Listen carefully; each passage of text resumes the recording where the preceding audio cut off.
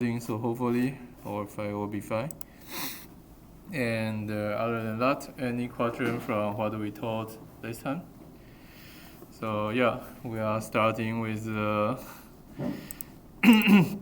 this time we are starting with the most hard stuff. We're starting with all the mathematical notations.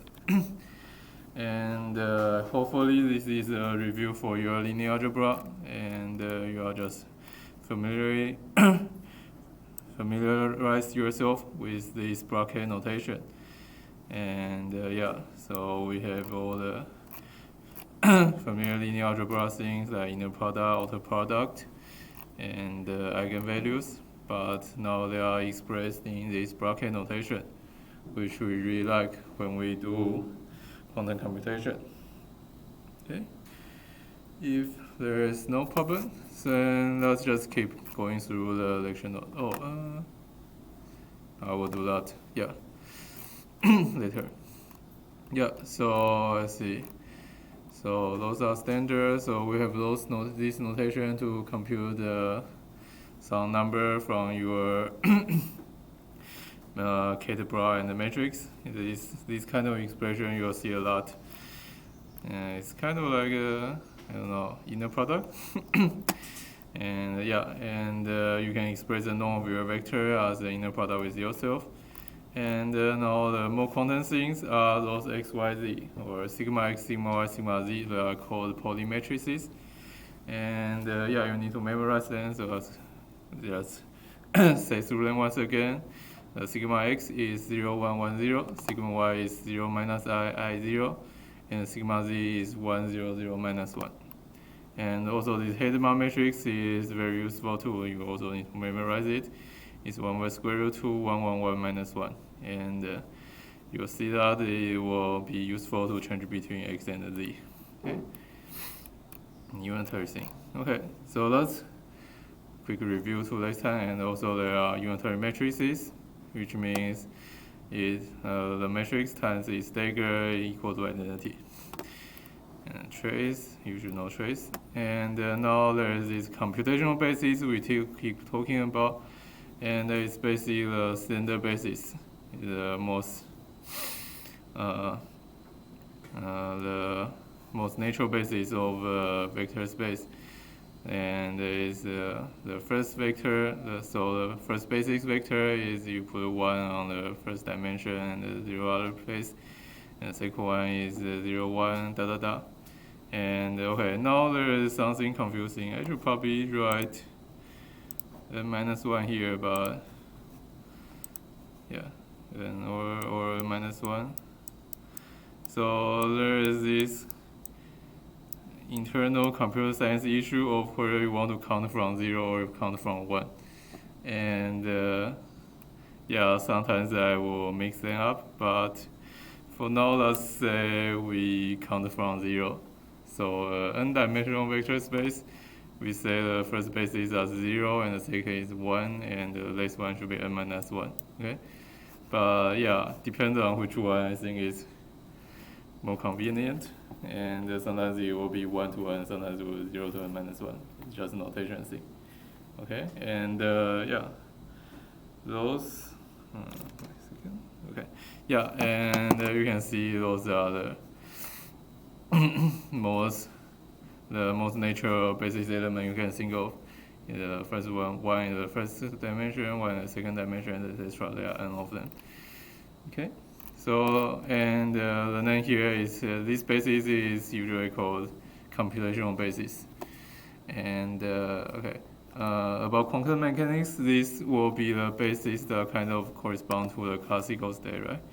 We'll talk a little about this. Remember we said quantum states are superposition of classical states, and that's basically the interpretation when you read your quantum state as the superposition of the computational basis. So we think every computational basis is a classical state. So if the system is classical, there will be those computational basis state that will depend on your system, will have different dimension. And yeah, so like a bit, a bit in computer science is something that has two dimensions of information, and physically that can be realized in many ways. And also a quantum bit is a superposition of two dimensions, and if they see a two-dimensional complex vector, and also just like a classical bit can be realized in various ways. Maybe a quantum bit can also be realized in various ways. But as a computer scientist, you only care about the information part, and so we abstract it as this two-dimensional complex vector. Okay, and anyway, that's a really long digression on computational basis, and computational basis is intuitively is the basis of where all the classical state look like what happens when your state has no superposition. Okay. And now let's talk more about matrix property, and I will skip all the proof because we are not actually a linear algebra course, but they are somewhat useful. So first is that we often diagonalize our matrices, and and by diagonalize we mean the unitarily diagonalizable, unitarily diagonalized. So that's like we write the matrix A as some unitary times the diagonal matrix times the non-unitary. And if we move things on the other side, then U dagger A, U equal to this diagonal matrix, so that's diagonalizable. And because those U dagger are unitary, they are the same unitary, that's called unitary diagonalizable. And this happens if and only if the matrix is normal. Okay. And normal just means this, means A times A dagger equal to A dagger times A. Okay. And okay, so here is something interesting. So we will also often write this expression.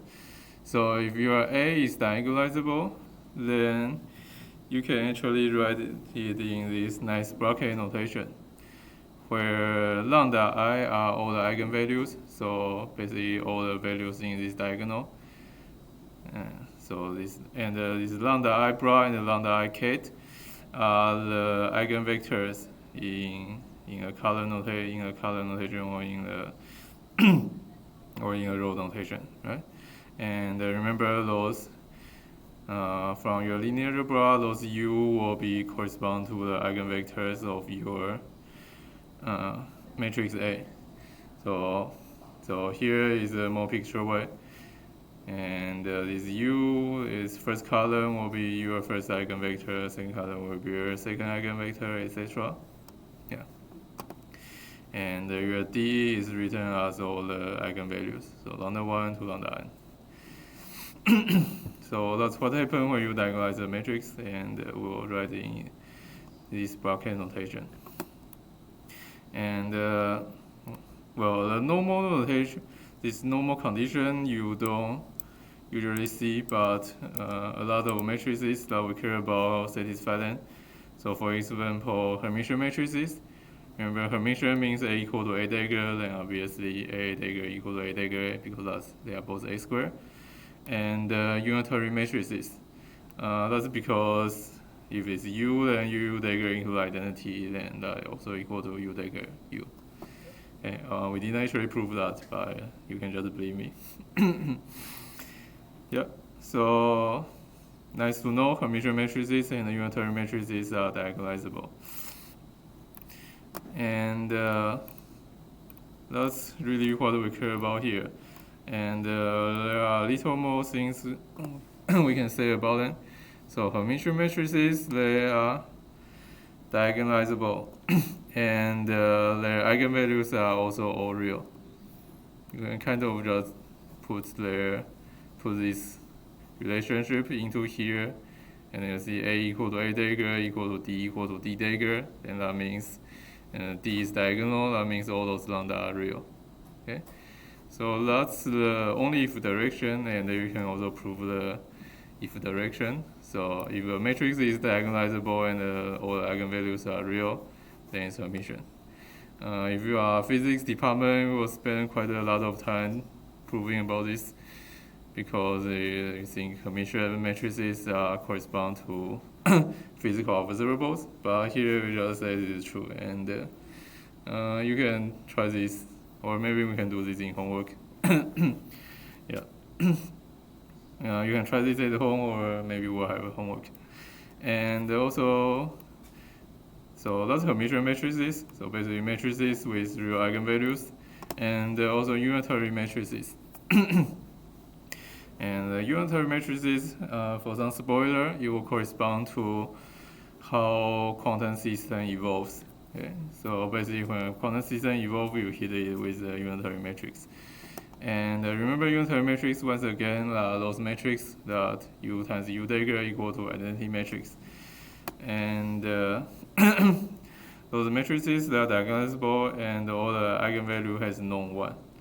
Doesn't mean eigenvalues are all 1, means known 1. So maybe, so it can be basically e to the I theta, right, for some theta. So like a -1 also has known 1. So those things, lambda 1 to lambda n, are like 1, I minus 1, those kind of things. So e to the I theta. And yeah, you can also prove this if only pretty easily. For example, here you just write U dagger. Okay, there are too many U, but you will see like D times D dagger equal to 1, then lambda, or lambda I times lambda I dagger equal to 1, and that means it's known 1. Okay. Yeah. And yeah, and like I say, unitary matrix will correspond to quantum evolution, and it's because it has this nice property. Unitary matrix will preserve the inner product and also preserve the length of your vector. So that means that if you think about inner product between a vector psi and a vector phi, and you apply the same unitary matrix U on both of them, and then you calculate the inner product, and you go with the formula we have before. So for inner product, you take the dagger over the first one and multiply them together like this. Then you use the associative law and you resolve this U dagger U first is identity. So that's just the inner product between psi and phi. Okay. And in particular, so inner product between two vectors are preserved. In particular, if you have psi equal to phi here, that means length of length of psi. So inner product with itself is the length square. Right. Let's go a little up here. Right. Where is it? With this, right? So inner product with itself is length square. So that means U psi has the same length as psi. Okay. So unitary operator will preserve the length of a vector. So that's really nice, because you want all your quantum state has length 1. And I guess questions before we go to more property of Pauli matrices. Those are still standard linear algebra. And okay, if not, then let's go to those Pauli matrices. So our XYZ, so let's go back once again. Our XYZ are here, those 3. 0, 0, 1, 1, 0, 0, minus I, and 1, minus 1. And they have some really nice properties. Where am I? Okay. Property first one. So all 3 of them has eigenvalue 1 and minus 1. You can just calculate it. That's true. And so that means they are both Hermitian and unitary. Right, because those are real number and those are known 1. And also, from just this thing, you can have lots of property derived. For example, that means like square equal to identity, because when you square, you also square your eigenvalue, and when your eigenvalue is 1, 1, your identity.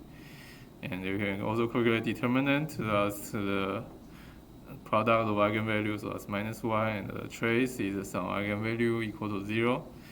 And well, as I say, it's Hermitian because they are real. So when we take dagger is equal to itself, and also they are unitary because those they have non-1. Okay. And also you have this group-like structure between x, y, z.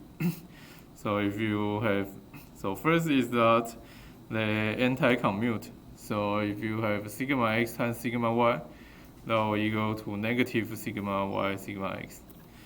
Okay. So if you switch the order of multiplication with each other, you get a negative sign. And also sigma x times sigma y will be basically sigma z times this imaginary factor I. Okay. And that's just true. And also, so you have xy go to z and yz will go to x, and zx will equal to y. Okay. So they have this nice group-like structure. I guess, yeah, I think it's just a group structure. You can call it a group structure between x, y, z. When you multiply them, and you will go to a third one. And if you reverse the order of multiplication, you get a negative sign. And from here, you kind of see why we like to call it 1, 2, 3 instead of x, y, z, because then you can have a little nicer notation to express all this. So this is fancy notation to do this. You'll see this in physics department. You will define this a little complicated vector epsilon ijk that equal to 1 if ijk is is 1, 2, 3 in the correct order, and it's -1 is ijk is 1, 2, 3 in reverse order, so it's 3, 2, 1 or 2, 1, 3 or 1, 2, 3, 1, 3, 2, and 0 otherwise. And then you can write, wait, where is it? Yeah. Then you can write this sigma I times sigma j with this epsilon ijk, right? So yeah, so here you basically have sigma j, sigma k equal to epsilon jki sigma I, and here we're omitting the summation of L. Okay. And here you also see this commutator and the anti-commutator come back to play a little bit. So we have a commutator between sigma j and sigma k. Once again, that's sigma j times sigma k minus sigma k times sigma j. But this is, so, but we have, when you reverse the order of multiplication, you get negative sign, and negative times negative becomes positive. So that's just 2 sigma j sigma k. And you can use this epsilon ijk notation to express this 1 to go to 3 and 2, 1 go to -3 kind of thing. And then you have anti-commutator, which is sigma j, sigma k plus sigma k, sigma j, but they are negative for each other, so that's 0. And those are more group structures in more useful for physics department, but kind of nice to know. And another thing is you can count the number of variables and think about how many dimensions. Think about all the 2x2 Hermitian matrices, right? And this is a linear space because they add each other. You add 2 Hermitian matrices, you also get a Hermitian matrix. So this is a linear space, and you can count the number of real variables in this linear space, and you will see that's 4. And yeah, and sigma x, sigma y, sigma z, and identity are also 4 of them. So, and they are actually all linear independent with each other, so it's a basis for 2x2 Hermitian matrices. And this just basically means you get the Hermitian matrices, sorry, 2x2 Hermitian matrix, then you can write it as a linear combination of those 4 things. So we'll call it A0 identity plus some real coefficient aj times sigma j. And okay. And here we can play with, okay, let's see. Oh, this is a little, that's right. Yeah, and here we can see how we play with all those, the property of polymetrics a little bit. So if you want to, so we have some matrix, Hermitian matrix H here, and we want to find all those AJ, then we can use some property of the polymetrics. So know that, so if you multiply a polymetrics with another polymetrics and take a trace, then that's actually kind of doing an inner product between them. If you think it as, if you think those 2x2 matrices, think about this linear space of 2x2 Hermitian matrices. But anyway, in terms of lower level mathematics, you can just check that trace sigma j sigma k equal to 2 delta jk. That's because if j equal to k, then sigma j squared equal to identity, and trace identity equal to 2. And if they are not equal to each other, then you get sigma z or x or y, and the trace of those are 0. Okay. So if you multiply 2 together and take trace, you get a delta function. And but if you have identity, then identity times something, then you just sigma k, and once again trace equal to 0. Okay. And so if you take your Hermitian matrix, multiply it with multiply it with polymetrics, and take a trace, and everything linear can work out linear, and there you see that only the AK component will be left, because everything else has its trace 0. And if you just take a trace of your matrix, then all those sigma j traces will be 0, then you just get A0 times 2. So yeah, so you can calculate the A0 and AJ from just taking those traces. So A0 will going to equal to 1/2 trace your matrix, and AK equal to, or more like AJ here, equal to 1/2 trace H times sigma j, or sigma j times H, that's the same. Any question about those property about polymetrices? No? Okay, then let's go into something spicy.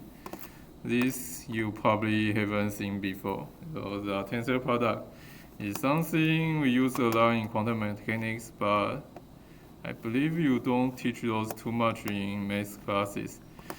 But anyway, so what's this tensor product? Tensor product in very mathematical form means that you take how should I say? It's okay. What I written here is you take 2 vectors and you get another vector. Okay, it's a way to multiply 2 vectors. But I guess a better way to say it is tensor product is a way to multiply 2 vector space and get another vector space. So so you have a V that's a-dimensional vector space, and W is a b-dimensional vector space, and your tensor product V and W together, you get A times b-dimensional vector space. And every vector in A and every vector in W, you can also tensor product them together to get a vector in this V tensor W. Okay. So here we have the example. So we have this V and W, and V has some basis called I, maybe computational basis, and W has some basis J, and we have a vector ket psi in V and a vector ket phi in W. Then we can write this psi tensor phi as a vector in V tensor W. And the psi is a-dimensional, phi is b-dimensional, and the psi tensor phi will be a b-dimensional vector. And Okay, it's a little messy here. But anyway, so first notation first. So this psi tensor phi, there are 4 different notation we'll write this. And so the most formal one, we write this psi circle close phi. And sometimes we'll omit this circle, so just write psi phi. Okay, and I guess this is okay. Yeah, and sometimes we are given lazier, and we'll omit the middle part. We just write ket psi comma phi, and sometimes we'll even omit the comma here. So yeah, just notation, and hopefully it's not too confusing. And yeah, as we say, this should really be what is it? This should really be a definition to linear space. And I say this space is dimension A times B. Okay? And we can really write down the basis. We can just define this space by giving all the basis element. And yeah, so the basis look like this. So V has some basis I and W has some basis J, then V tensor W will just have basis I tensor J. Okay.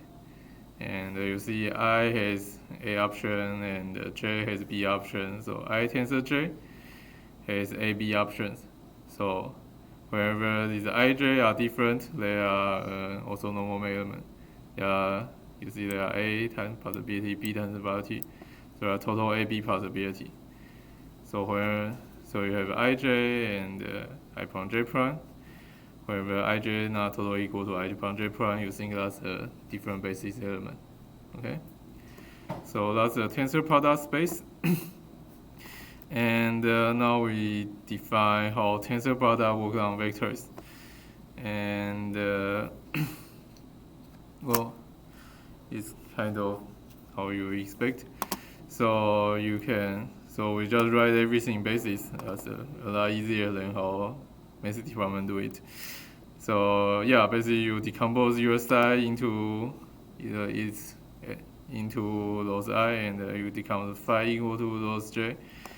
So psi has amplitude, that's this I inner product with phi, and I inner product with psi, and j phi has this amplitude, j inner product with phi, and when psi tensor phi, and you write in this I tensor j basis, then all their amplitude will just be their individual amplitude multiplied with each other. Right? So these are amplitudes of psi in V, and those are the amplitude of phi in W. And when you tensor together, the amplitude just multiply together. And remember, this is a number, so multiply together is also a number. Okay, and maybe it's easier to see it in picture. It's a lot easier to see. So psi is this 1, 2 vector, and phi is this 3, 4, 5 vector, and this thing has dimension 2. So count from 0, 0, 1, and count 0, 1, 2. And then psi and phi. So this has 2 dimensions, 3 dimensions, and then total you have 6 dimensions. So this is 0, 0, 0, 1, 0, 2, 1, 0, 1, 1, 1, 2. And the corresponding coefficients will just be you multiply everything together.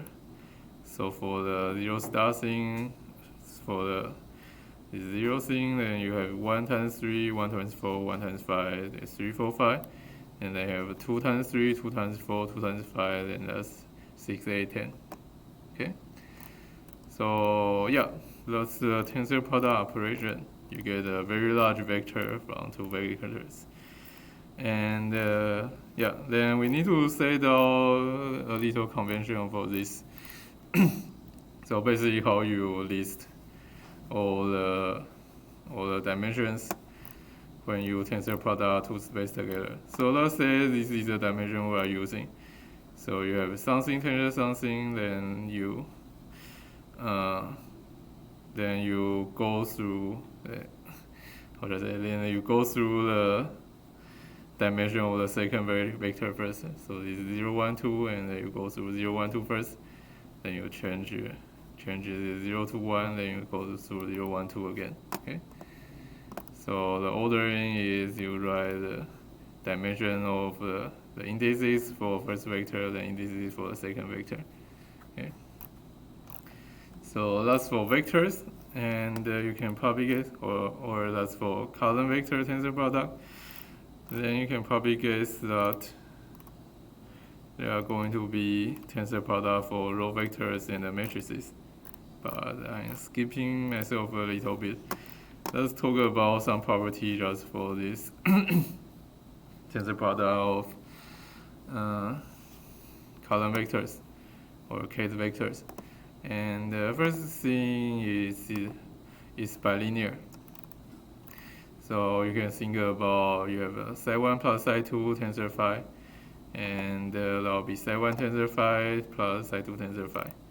And yeah, that's pretty easy to check. You just plug in this formula, you should see it.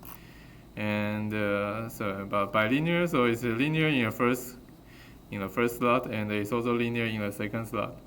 So you have a psi tensor phi1 plus phi2, then yeah, that's also psi tensor phi1 plus psi tensor phi2. And also it's a bit like product. It's like multiplication because if you because it has this associative law. Yeah. So basically, you multiply your first vector with a scalar. Then that's the same as you multiply a scalar on the resulting tensor product, and that's also the same as you multiply a vector on your second vector. Yeah. So it's kind of like ABC equal to A times BC equal to B times AC. So you have this. Kind of like you can put A here or put A here, and doesn't matter. So it's like a product. But that's not very important. Just something nice to know. Okay. And okay. So before we go ahead to more definition, any problem about tensor product of space and K vectors? If not, then let's talk about okay. No, that's also is fine. Okay. Yeah. Then we have this little weird definition of tensor product of two row vectors. Okay. And yeah, this is a very succinct mathematical way to write things. But so for psi tensor phi, we define it as the dagger or dual, as the dagger of psi tensor phi. Okay. And we also write it as this psi comma phi. Okay. And for example, that means the basis element, so the I bra tensor J bra, will equal to the dagger of I ket tensor J ket. And that means when you inner product them together, then that should equal to 0 unless I equal to K and J equal to L, or Ij equal to KL, and I write it as a delta function here. Okay, so Ij bra times KL ket will equal to delta Ij KL. So basically, you are doing this I times K and this I bra times K ket times J bra times K L ket, and this is actually a more general thing. So you can get this corollary that if you have two vector psi1 bra tensor phi1 bra, and then you multiply it with psi2 ket tensor phi2 ket, then that just equal to psi 1 times psi 2 and phi 1 times phi 2. Okay, and this is a number, so you don't need a tensor in the middle anymore. Okay, so this is the inner product. The inner product is number, inner product with a number. So you just these two numbers. So you align all the slots. So first slot times the first slot, and the second slot times the second slot. And yeah, it just equal to this. And that's yeah, and all the calculations are here. And I guess we can probably skip now. Yeah, you can check the lecture note, and you will see all the calculation here. You have all the manipulations of the bracket notation, and in the end, you'll get this from the definition. Is any question? So yeah, important thing here is you need to remember that when you take this dagger, so this is a notation thing, but when you take a dagger, then this psi phi don't swap rotation. So this psi is still on the first slot and the phi is still on the second slot. Yeah, that's just a convention thing. And so this first slot really align with the first slot, and the second slot really align with the second slot.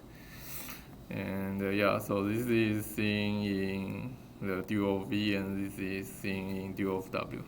Okay. And okay, then finally we can go to our matrices. So the tensor of two matrices. And we think A is A times A dimensional matrix, and B is B times B dimensional matrices. And yeah, and we can also define this tensor product. And a base notation we'll sometimes use is we write n tensor B as AB. And this is actually confusing, but sometimes we do it. Yeah, this is confusing because AB might be in the same space, and that's matrix multiplication. So hopefully, when we use it's not too ambiguous. But anyway, back to n tensor B. So how you define? Well, you can kind of see this one slot to one slot thing, and that's just true for all the tensor product operation. So n tensor B, if you apply it on psi tensor phi, that will just equal to A times phi tensor B times, A times psi times tensor B times phi. Okay, and here we kind of do this in a reverse direction. Yeah, we define it, define A tensor B in this way. And so for example, we can have identity tensor identity, and you will see that's actually identity on the still identity on the bigger space, and that's because then that's identity times psi and identity times phi, and that's just psi tensor phi. And so this is a very operational definition, but we can also see this in basis elements. So what if you have A tensor B and you want to see all the elements? So what is element in the ij, k, coordinate? Okay. And yeah, then that's you multiply it with the ij bra and multiply it with k or kate. And then you can use this definition here. So n tensor B times this k or kate is A times K tensor B times L, and then you use this definition here, or this corollary here. So this I bra J multiply with this, then you also align the slots. So I bra will multiply on this AK, and J will multiply this BL. So you get this I times A times K and J times B times L. And once again, there are numbers, so you don't need a tensor anymore. And so that's in the end, you get the ik element of A times the j element of B. Okay, and so this is really equivalent to our definition here. You can also use this as the definition of your A tensor B, kind of like what we did here in the beginning for the kit, right? And for the kit, we just define this with all the we just define all the coefficients on this standard basis. And yeah, so here is the definition of A tensor B on the standard basis. But there are a lot of indices because every index becomes 2 indexes. And you can kind of see this in a picture way. So if your A is just a 2-dimensional vector, for example, it is A, B, C, D, then A tensor B will just be that's all B copied with the coefficient of A in front. So you will have 4 blocks, right? So you have those 4 blocks, and the first block will be B times A, and this second block will be small b times b, and the third block C times B, and the fourth block D times B. Okay. And those every block has the same dimension of B. Okay. Any question about how matrix tensor product with each other? If not, okay. And there is a small thing. Yeah. So we really push this slot tensor thing a little more. So we also define this broad tensor matrix thing, and in terms of the coefficient, it's really nasty, but you can just define it still respect the slot, each slot multiplying with the corresponding slot rule.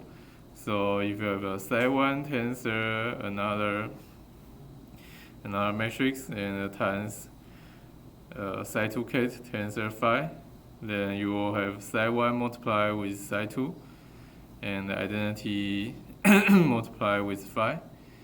And so that will actually so by multiplying this psi tensor identity weird hybrid thing, you will get a vector from this larger space V tensor W back to a tensor that's only back to a vector that's only on W.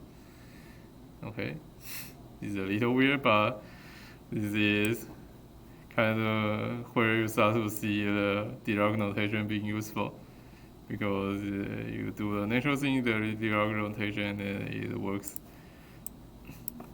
So yeah, so you do this slot by slot multiplication, and because psi1 times psi1 bra times psi2 bra, psi1 bra times psi2 ket is the inner product between psi1 and psi2, and this is a number, right? So this is a number, or is a scalar. Then this become dimension 1, so this dimension just disappeared, and you're left with a vector that's on this second vector space W. Okay, and we didn't write down definition, but you can have similar thing. So say you have like a psi1 tensor psi2 bra, and here you have some matrix times another ket, then you will eliminate the second dimension, something like that. Okay. So any question so far? No, we can finish this, and and then here we have some very quantum mechanics, a very quantum mechanics concept introduced. So entanglement. So mathematically, entanglement is a property of vectors in a tensor product space. So you think a vector in tensor product space V tensor W, if you cannot express the outside tensor phi, then it's called entangled. Okay, so before we have been saying how a vector can tensor with another vector, but those space is actually larger than these vectors because there can be a linear combination of every basis element, right? It's a linear space, and the basis elements are, remember, the basis elements are all those ij things. There are a lot of them, and there can be arbitrary linear combination. So, for example, you can have 0 tensor 0 plus 1 tensor 1 because it's a linear space, so linear combination of two vectors is also in your linear space. And this thing is actually not something tensor something. Okay.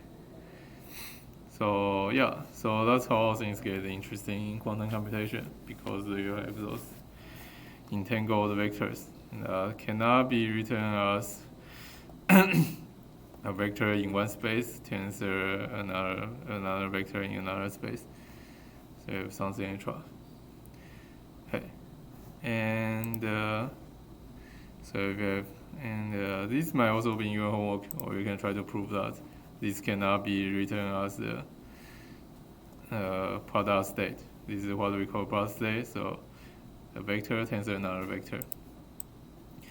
And if you have no question, let's do introduction to our TA first and start this class. So we have Zijing down there. So he will be the one handling your homework. And if you have a question, you can ask Zijing. Yeah.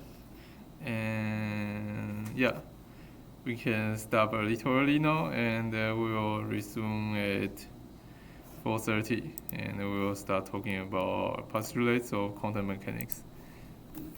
Yeah. Okay. Yeah, let's have a break.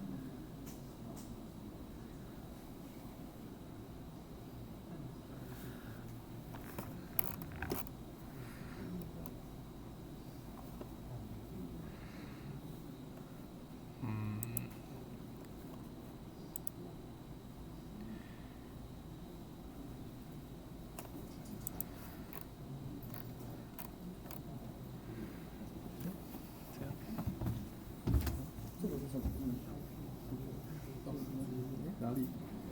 这是西塔这一层西塔全部怎么样？哦，delta。delta 是指什么 ？delta 方选就是说 J 等于 K 的时候它等于1，然后 J 不等于 K 的时候它等于0。哦，好。嘿，我趁现在来处理这个我们上传的。怎样？老师，那我们这边可以换成那个。什么？我看这边的 KL 会直接变成那一根 G。KL， 哦，这是丢，没有，这个是定，就是跟上面的这个一样吗？没有，是下面。再下一步吗？KL 换成。就是这边这个原本它是 K， 然后它这边就变。因为被上了嘛，上了这个delta方选。如果你上delta方选上 K， 然后delta KL 的话，就会把所有的 K 都变成有。上加权。因为你是加所有的 K 嘛。对。然后你知道 delta function 吗？delta KL，OK，、好，这个我等一下可能要讲一下。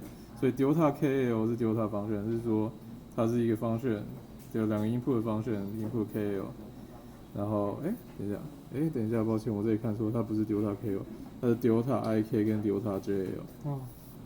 对，然后 delta IK 的意思是说，I 这个function I 等于 K 的时候它等于1，然后 I 不等于 K 的时候它等于0。对，那这样子如果你把这个function然后加过所有 K 过去的话，你现在要把所有 K 加起来嘛？对。但是因为有这个 delta function 在，那你就在 K 等于 I 的时候会有值留下来。对，所以这样的效果等于是把所有的 I 都换成 K， 对，把所有的 K 都换成 I，然后delta 就可以丢掉。还有看一下，我的网络又挂了吗？对，老师那个还有那个导师密码。哦，导师密码，你是哪一位？许俊元，好，抱歉，等一下，我先看一下我的 WiFi。这怎么这么靠背啊？我现在有没有 WiFi？ 我的 WiFi 死掉了。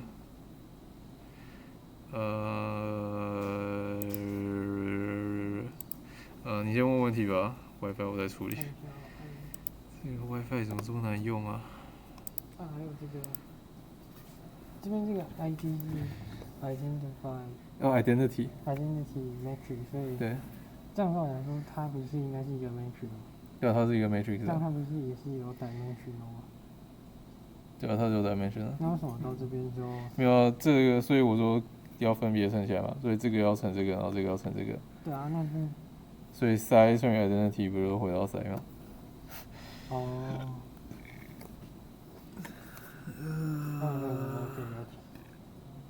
所以那个密码就老师你知道寄给我们还是？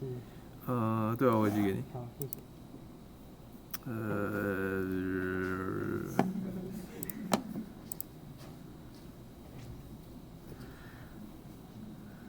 这个怎么这么难搞啊？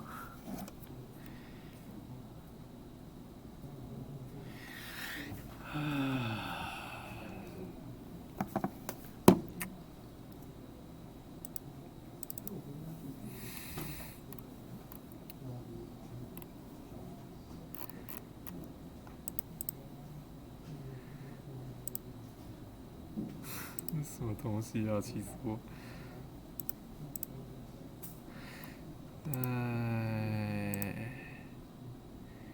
！PAP 怎么这么难练啊？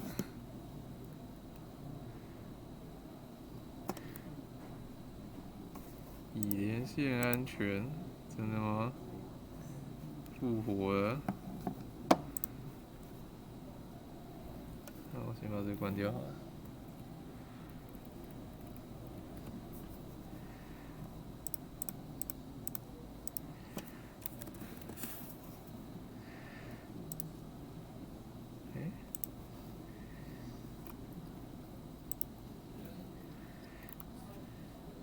我上传了 ，OK。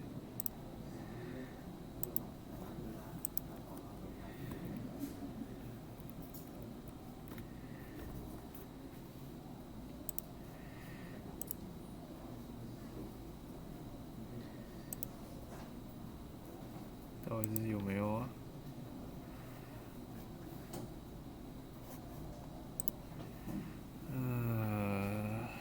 试试看。有，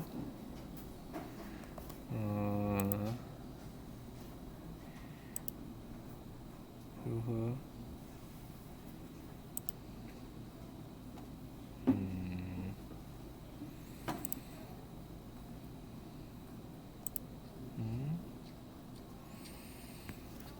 你帮我check一下，到底 YouTube 有没有上？因为我的 WiFi 很不稳定。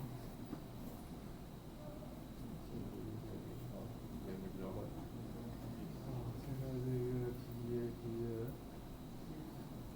PAP 的感觉更难用。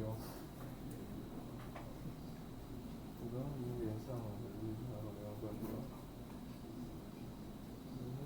连到。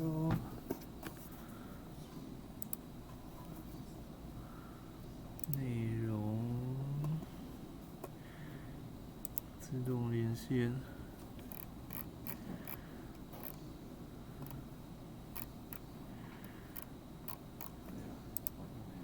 没有。没关系，我在这边窗边，我开个头顶。可是这个不行。礼拜一的没有，但是今天的也没，现在的也没有吗？但是，他明明就他说 live 啊，为什么？是因为网络太烂了吗？要怎么弄？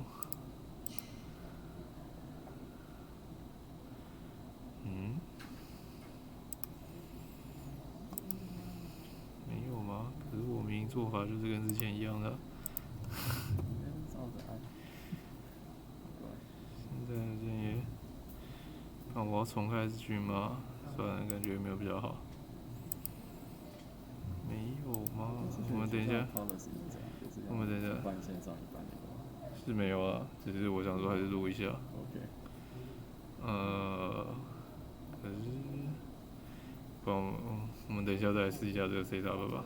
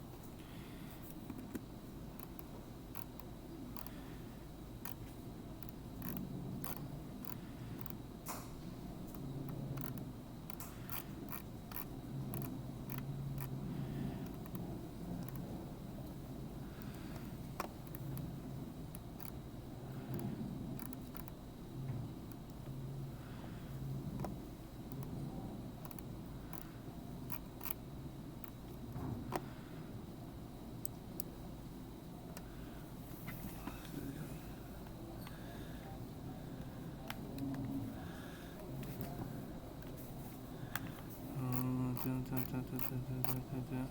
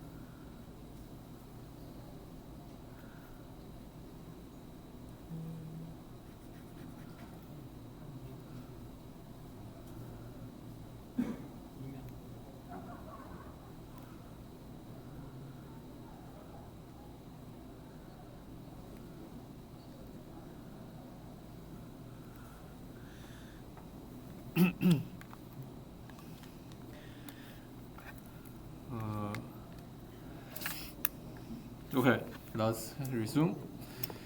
And so, yeah, something extra to add is people were asking about delta functions.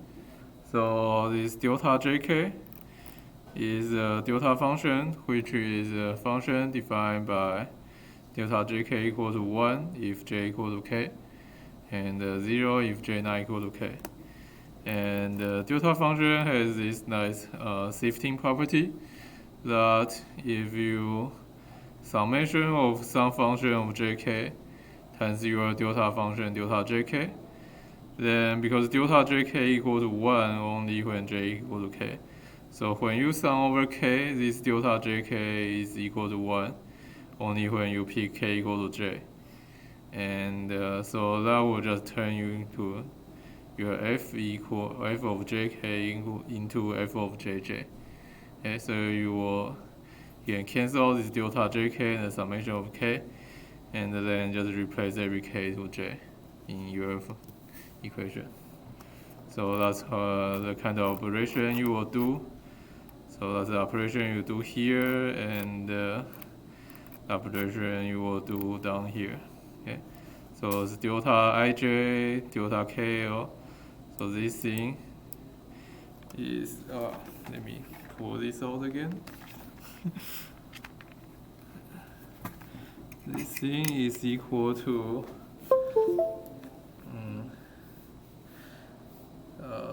delta ik times delta jl.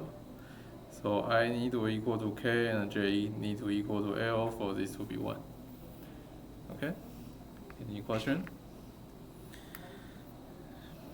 Not? Okay, let's switch slides. So let's talk about quantum mechanics. So first, a quick review. As we said, as we say in the last class, this is our picture of quantum mechanics. So you think about there is some quantum system, and its quantum is in this weird side casing, and there is some classical observer will use some weird knob to control your quantum system. And more importantly, you will use a measurement to get the information out of your quantum system. And it's really different from classical mechanics in that you have a different view about how information in the universe will be handled. And so that's kind of why you say quantum computer. So this is different from all other physical theories, because it's the first physical theory that really change how information is handled. So you have quantum mechanics, but you don't have like thermodynamics computer or electromagnetic computers, because in all the classical theories, so this is a really physics talk, but in all other physical theory when they developed, you just describe different phenomena, but information is something you store. How information is stored in classical mechanics are really the same, but quantum mechanics is different. Yeah, and something we can go through really quickly. And so there are inherent probability in quantum mechanics, and as we said, it looks really like random variable, but it's actually more complicated than random variables, and there are superpositions. So let's jump into quantum axions, simplified version. And we already see two of them. So first one is this superposition principle. And in a more mathematical way to say this is that a quantum state is a unique length complex vector in some linear space. Let's say the linear space H.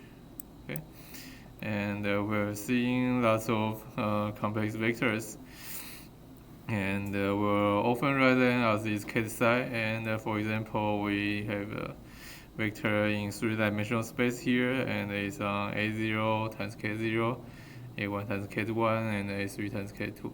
I should say a2. Wait, sorry. A2 times K2. Yeah. So yeah, system has a state and it's a complex vector. And okay, so the second thing is something we haven't quite explicit. That is, when you change your quantum state, you do so by applying a unitary matrix. Okay, so yeah, so basically you start with some state psi1, then you apply a unitary matrix U, and it will become a state psi2. For example, your psi1 is the 0, 1 state, which if you go to counting basis, and that's the 1 basis. Okay. Also, psi2 is this. So if psi2 is this 1 basis, and your psi1 may be 0, 0, which is actually 1, 0. And the unitary you apply can be the sigma x, which is 0, 1, 1, 0. And then you do a multiplication, you see 0, 1, 1, 0 times 1, 0 equals 0, 1. And that's this K1. Yeah. And here we smuggle a little computational more circuit model here. And yeah, we say when a quantum state change in a circuit model is get hit by a quantum gate. Right? And those quantum gates are unitary matrices. Okay? This is a really simplified view. But in terms of circuit model, you change your state with quantum gates.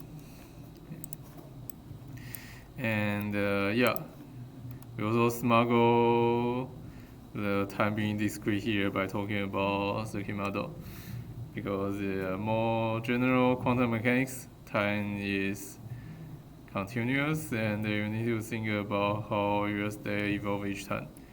But we are computer scientists, so we kind of skip that.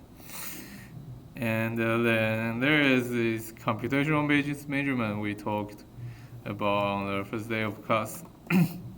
And so you can do, so you got a system, you start with some quantum state, you change them with some unitary gate, and in the end you can do this computational basis measurement.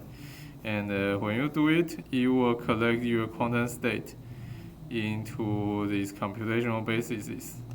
And so for example, if your state is has this coefficient AI, so your state k psi is some AI, and when you do computational basis measurement, you will get a random KI with probability AI square, AI absolute value squares. Okay? And your state collapse means that now your state just becomes this I. Okay? And your state just becomes this I, so unless you do another unitary on it, it just stays this I. And when you measure it again, you will have 100% probability to get told you it's I again. Yeah. And yeah, so that's collapse. Collapsing the measurement will do, and the observer will learn the measurement outcome I. Okay. Oh, shit. I messed up the ordering. But, wait, where is it?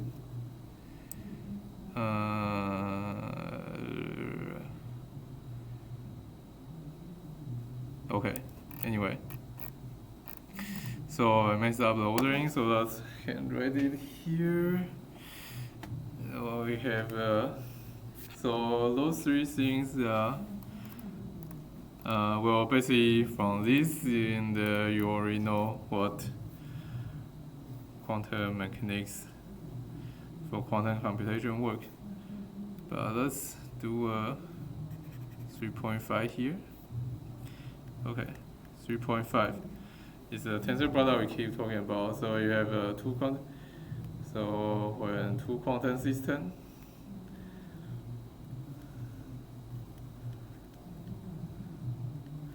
with, so two quantum systems, they will have their state psi1 and psi2, and their corresponding with space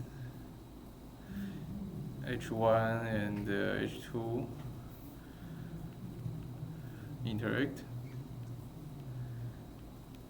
Then the state of the composite system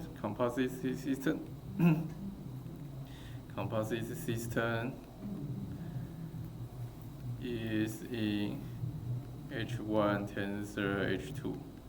Okay. So yeah, so that's why we keep talking about tensor product, because you have each individual system, your qubit,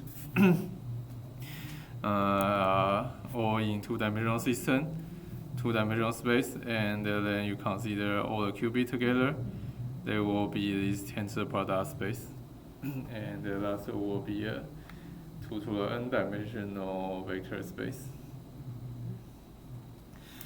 So that's the simplest form of the postulates of quantum mechanics. And okay, let's try this ordering. And the really weird thing is this measurement here. Okay. And yeah. And I'm not sure how to motivate this, but but there are more general ways to talk about this measurement. So you can kind of see here, I keep talking about computational basis measurement, because there are measurements in other bases you can do. Okay, so when people talk about measurement in quantum mechanics, there are basically three different ways they are actually mean. So, well, I say three, but there are four listed here. So the 0th one is a computational basis measurement. And also, when you do a measurement, it can mean that you are doing a measurement against some also normal basis. So this basis may be not a computational basis. And there can also mean a measurement against the Hermitian operator A. And this is a really physics interpretation, and this A will mean A are also called observable because they are corresponded to a physical quantity. And in the later part, we will see that there are generalized measurement is how should I say, it's a very theoretical thing. That's probably hard to realize in a lab, but theoretically possible, and it's a very generalized theory. Okay, so let's see all those generalization of measurements. And first is this orthonormal basis, and well, I say it's generalization because this one is very easy to see that it's a generalization from a computational basis measurement. Because, well, in terms of computation, you see that from linear algebra, every basis can be rotated from the standard basis, right? So the standard basis is 0, 1, 2, 3 to n-1 basis. There is always a unitary rotation to rotate your standard basis to another orthonormal basis. So yeah. So in terms of measuring, okay. Anyway, so measurement in this orthonormal basis can be done by rotate your system first, then do a measurement in computational basis. But I should say what's this measurement against orthonormal basis first. So it's still like, so it's kind of still like this computational basis measurement in that your quantum state is still going to collapse into another state, and well, all those three things will have this property. So when you do a measurement, your quantum state is going to collapse into another state, and with some probability, and you will learn the measurement outcome. Okay, but they will collapse into different states depending on the thing here. So for this orthonormal basis measurement, your post-measurement state, your state are going to collapse into those one of the basis element here. Okay, just like the computational basis element. The computational basis measurement, those VI are the 0, 1, 2, 3, and here they can be arbitrary also normal basis. And so your post measurement state is going to be this thing, and the measurement probability. So probability to collapse into this thing is the amplitude on this basis squared, quite like in the standard basis measurement. And the coefficient you can write in this inner product. So your psi inner product with VI and absolute value square. That's the probability, and that's the post measurement state your system collapses into. And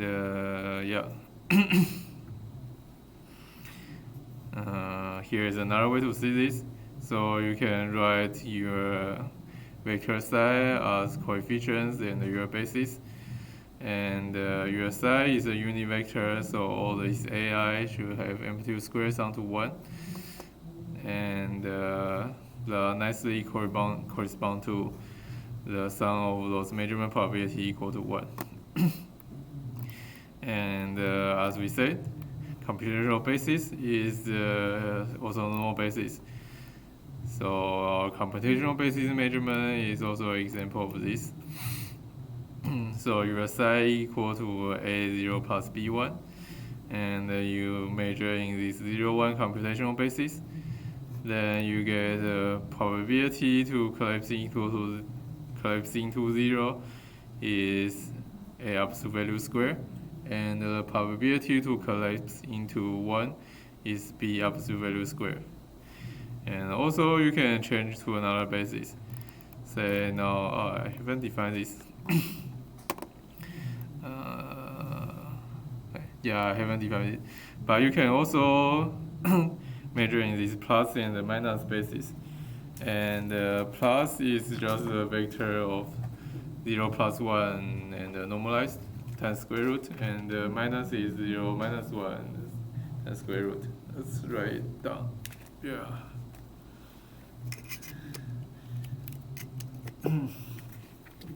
So plus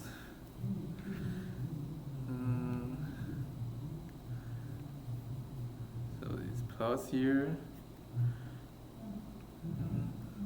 Oh, we didn't. Okay.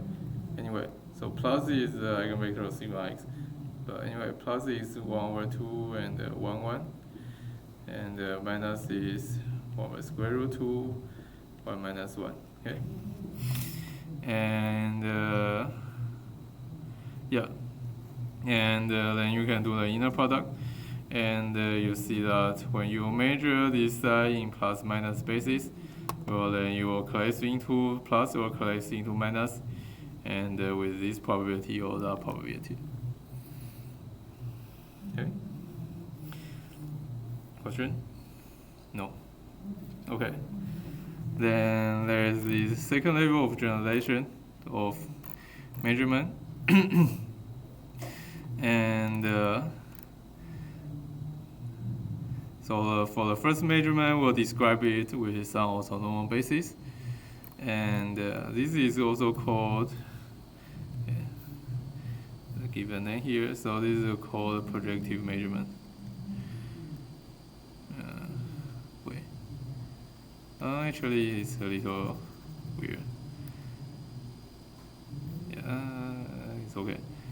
So this is also called projective measurement because you project your state onto the orthonormal basis.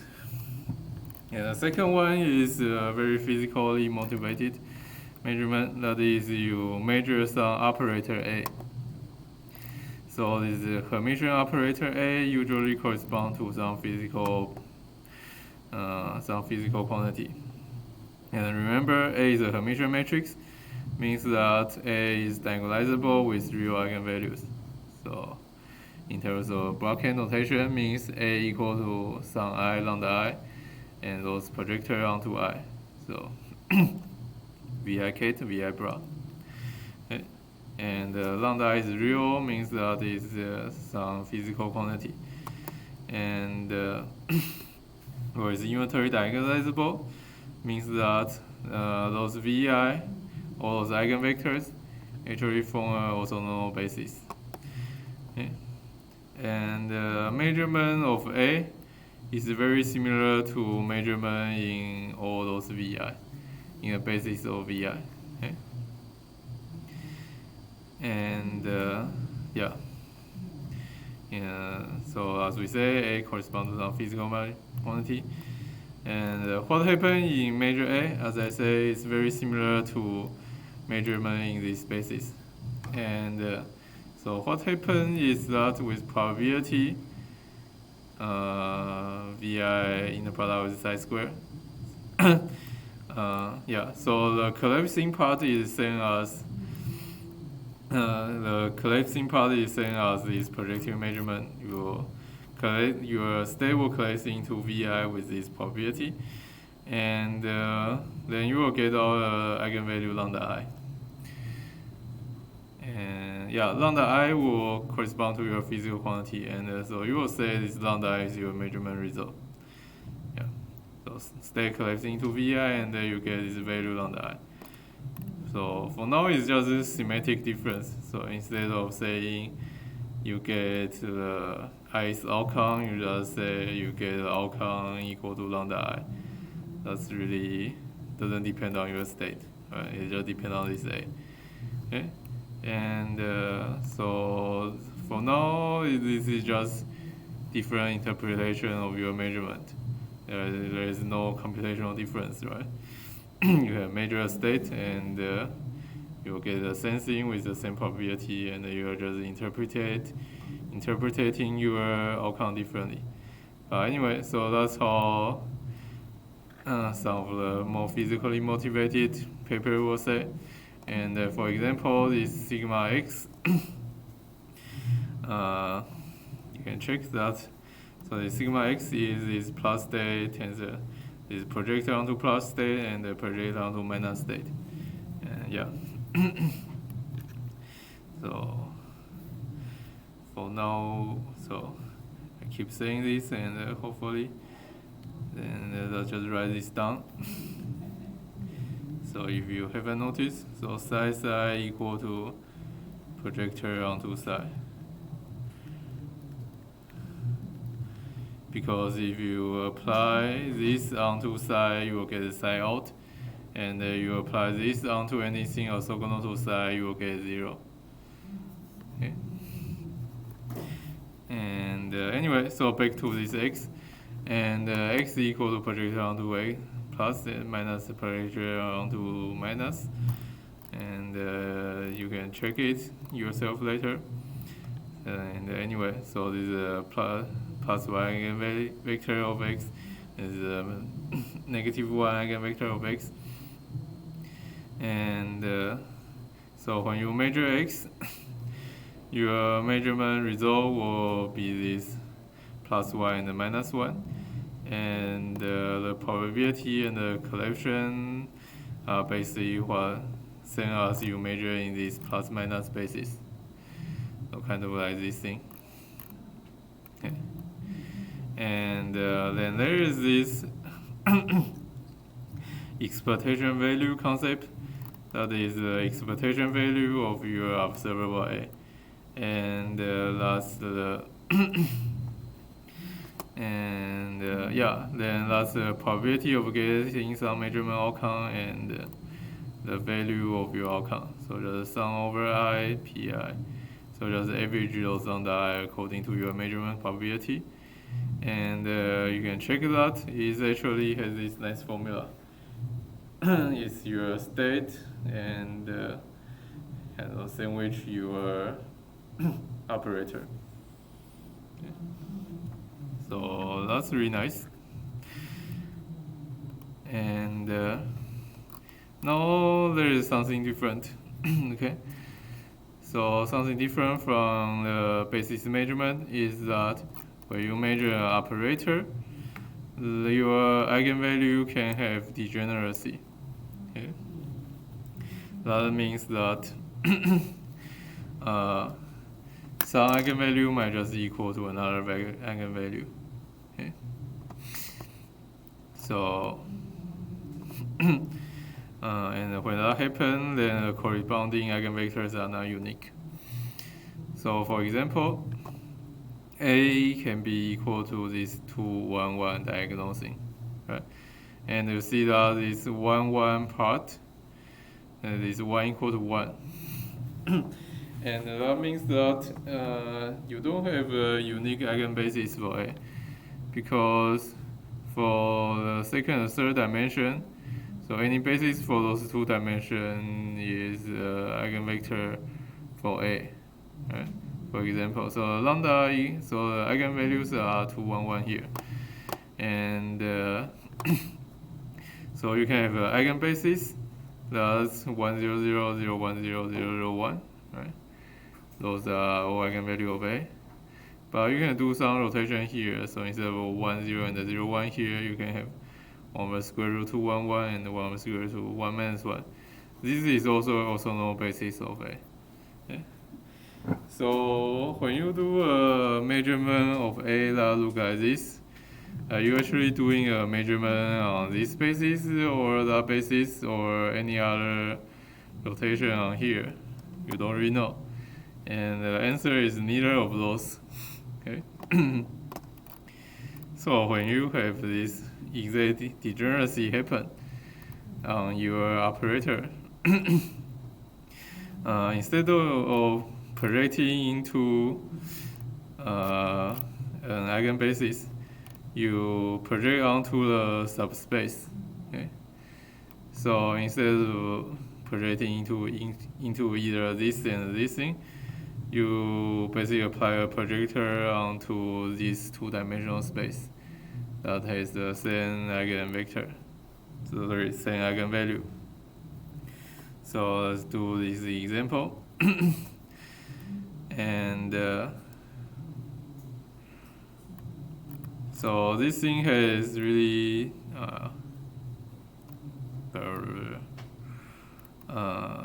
yeah, so this thing has two possible outcomes, right? So outcome, when you measure this A, the outcome is either eigenvalue equal to 2 or eigenvalue equal to 1. And eigenvalue equal to 2 is really the same thing. Its probability is this is the inner product of the eigenvector with whatever your input vector is. So that will be like the 0 inner product with psi. But when the outcome is 1, then what happens is you should do a projector onto this subspace.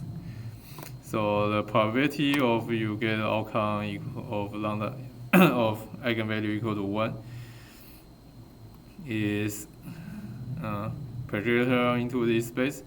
So basically the psi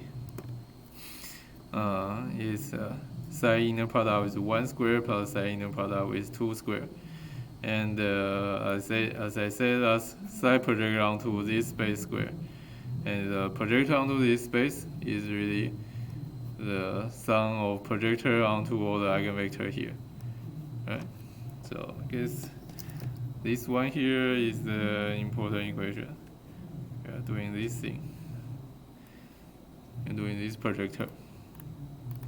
And if you think about this projector, then this projector is basis independent, because the projector of those two vectors and the projector of those two vectors are the same two-dimensional subspace.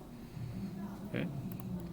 So yeah, with this way, then a degenerate matrix will get the same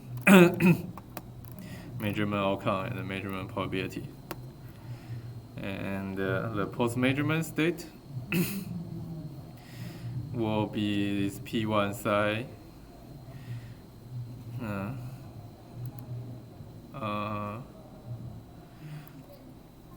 Yeah, so the probability is this. The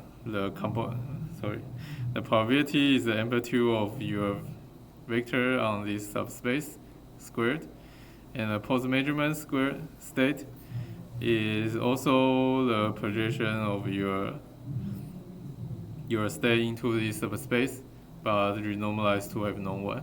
So divide by the norm of this vector. And the interesting interpretation here is you can think this P1 psi are some subnormalized state. And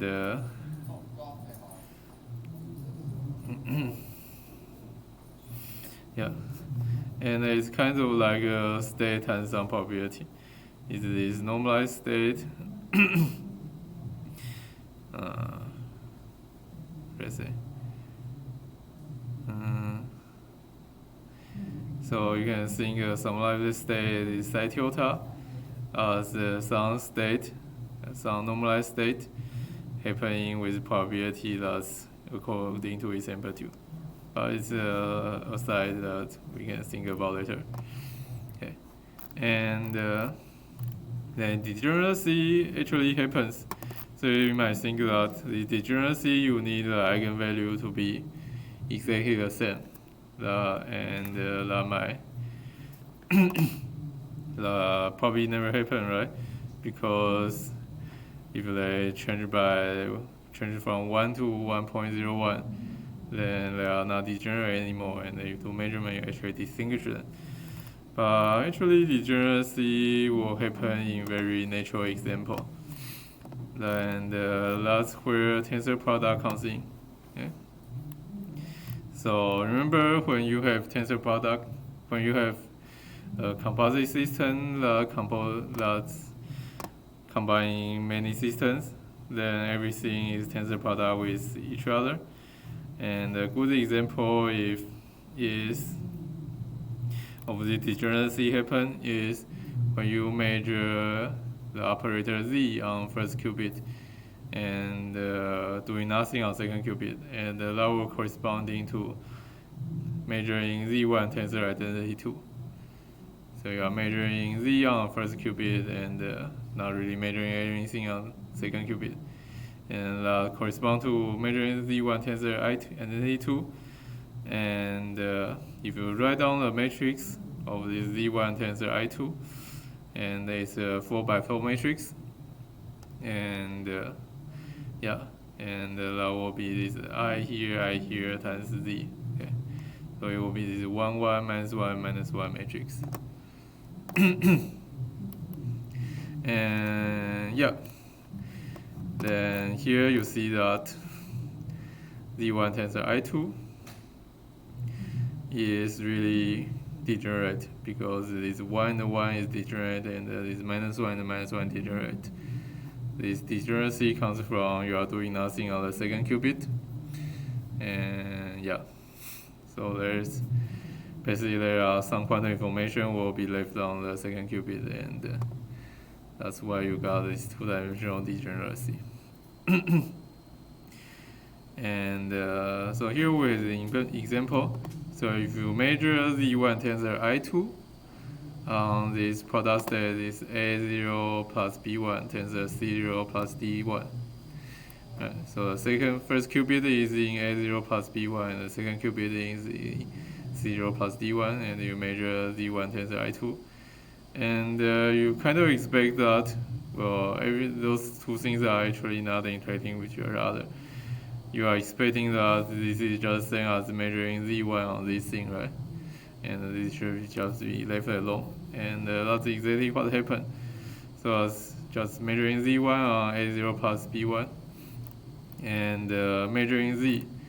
Remember z equal to, as a reminder, z equal to 1 0 0 minus 1, right? And the eigenvalue of z are the computational basis. So measuring z is really like computational basis measurement, and so the outcome will be 0 or 1. Oh, not quite.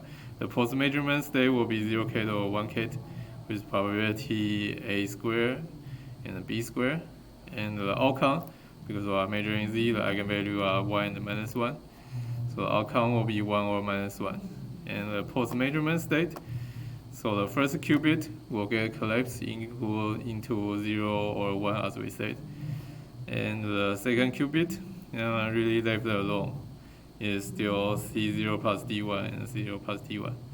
And here we cheat, we are just doing a calculation with what I expected to happen.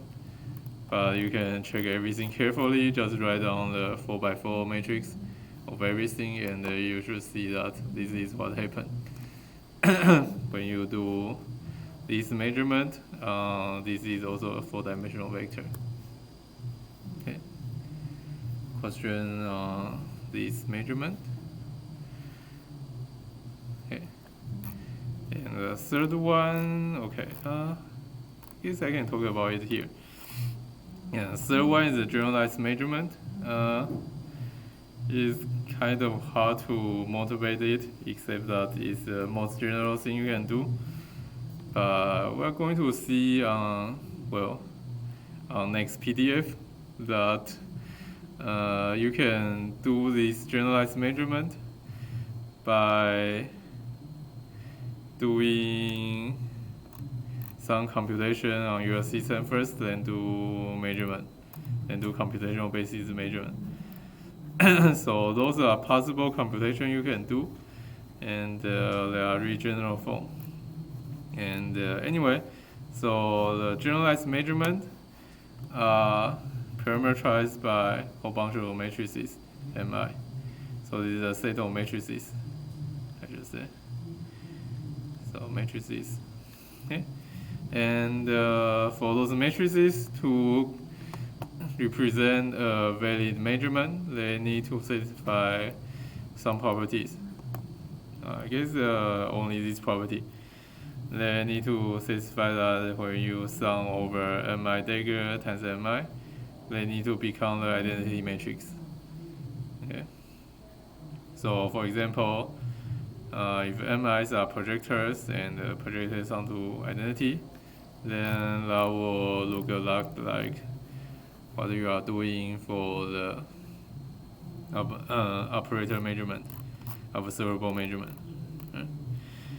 And yeah, and the post measurement state is really just Mi times your state side.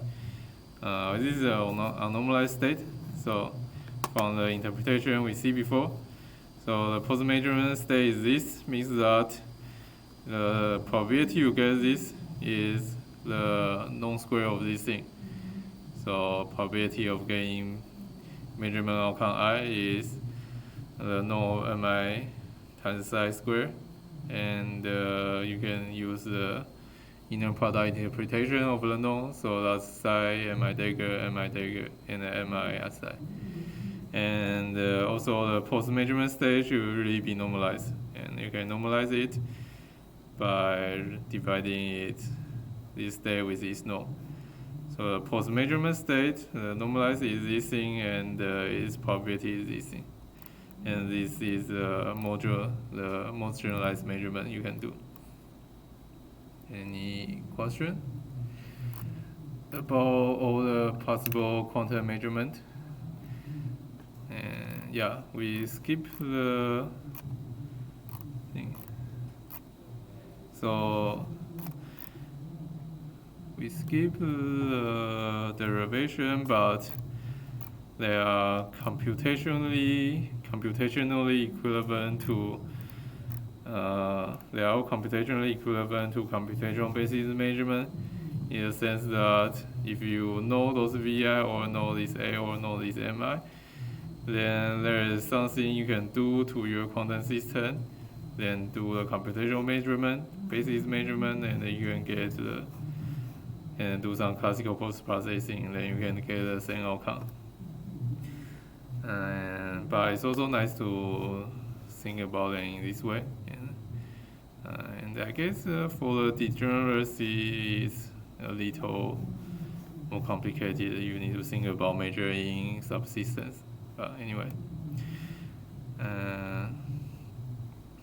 there are generalization of our computational basis measurement.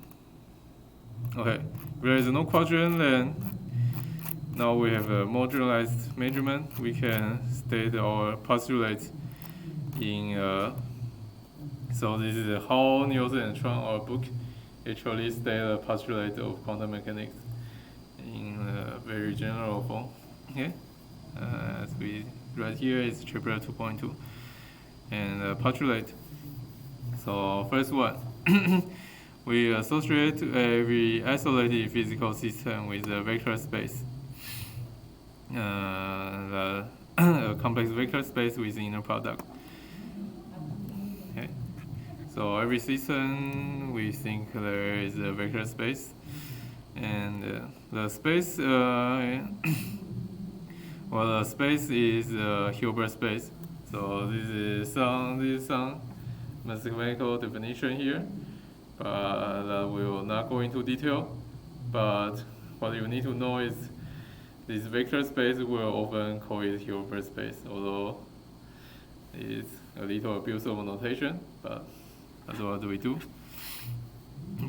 And the dimension of the vector space will depend on the physical system. So if your system is more complicated, then you probably need to use more dimensions to describe your system. Kind of like in a computer, you have a bit that's a system with two states, etc. And if you study physics, the dimension might be infinite, but here we study computer science, so the finite dimensions are always finite. And okay, so every system is a physical space, and the state your system in. So the state you're in are the information describing your system, right? So the information of an isolated physical system. So how your system currently is described by a unit vector in the Hilbert space, in this vector space, which we also call the Hilbert space. Okay. And this vector, where we've been calling it, is the quantum state. Okay. And as we've seen, it's usually right with this case psi. Right. And it's a unit vector. And there is the converse of this thing here. That is also, so this converse is really our, it should be more important, a little more important. The composite here is the superposition principle we talked in the first class. So yeah, this should be a little more important. Anyway, the converse is that every unit vector in this Hilbert space is also a valid quantum state. Right? So every state is a unit vector, and a unit vector is a valid state. And this everything is also valid is basically the superposition principle we talk about. Right? Because yeah, you get a linear combination, you get a unit vector, and it's a valid quantum state. So it's some state your system can be in. And yeah, so that's the first postulate. You talk about your every quantum system, their state is a unit vector. And the second one, how an isolated physical system changes between different time steps is described by a unitary transformation. So this is basically a unitary matrix. Well, it's a unitary matrix if your system is finite dimensional. Okay? So as I said, for example, psi prime equal to u psi, and psi prime is the system at time t prime, and psi is the system at time t. And as a reminder, unitary matrix U, matrix U is unitary if only if U dagger U equals identity. And as we said, the change needs to be unitary because you want your quantum state is a unit vector. You need to change from unit vector to another unit vector, so length should not change. So how you change it should be unitary. And then here is probably the only time we're talking about continuous time here. So we just say this, stay here for a little completeness. So the time evolution of your system, if you think about every time, the continuous time is described by this famous Schrodinger equation, and it's written here. So h bar is just a number, and dphi dt equal to h of t, h psi. And h is called the Hamiltonian of the system, is also the energy of the system. Okay, so it's just for some information you might be interested. So this is a famous Schrodinger equation, and in physics department you will spend a lot of time solving them. But we are computer science, so we don't care about the continuous time evolution so much. We just assume our system get applied by a bunch of discrete gate U, and yeah. So just for completeness here. Yeah. And then third, there is this measurement we do on a system. We're seeing a lot of measurement, but then here we talk about measurement in terms of this most generalized measurement, is the set of mi. So a measurement on a system is described by a set of operator mi, and they need to satisfy this completeness relationship. So some I mi dagger mi equal to identity. And the I correspond to different measurement outcome. Okay. And when we measure a quantum state psi with this set of with this measurement set of mi, then one only one outcome will happen, and the outcome I happen with probability psi mi dagger mi psi, which is the length of the length square of this mi psi vector. And when outcome I happens, so we basically know outcome I happen. And also when outcome I happen, the system will collapse into this mi psi state by you need to normalize. So you divide it by its norm. Okay.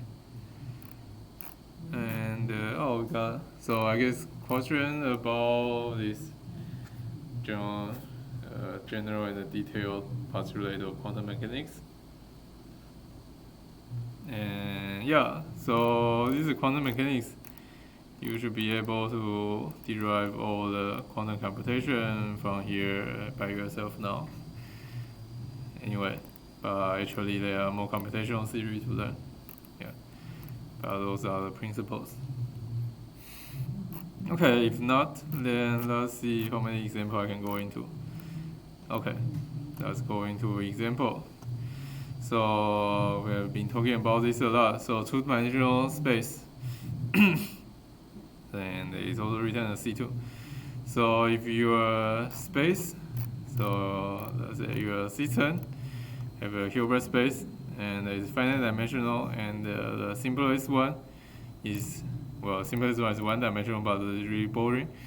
So the first non-trivial, the simplest non-trivial one is a two-dimensional space. And the two-dimensional space, we call it a qubit because it's a quantum bit. Okay, and then your state psi will be a two-dimensional vector. So you can write it as a kx vector this way, or you can write it as a basic component, so a0 plus b1. And it's a unit vector, so a squared plus b squared should equal to 1. And so for example, okay, so here we see the two things. I should really write this on the first chapter. But those plus and minus state, so this is, remember, you need to memorize them. Yeah. Okay, this plus and minus vector.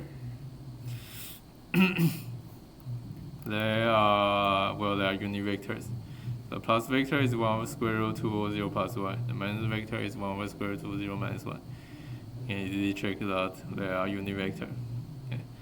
And also this 0 vector and 1 vector, they are computational, the classical computational basis we keep talking about. And yeah, so that's time. Any question, or we should have homework out and you should do homework? You should turn your homework next week. Yeah, we should have homework out soon. Okay, no question, and that's for today.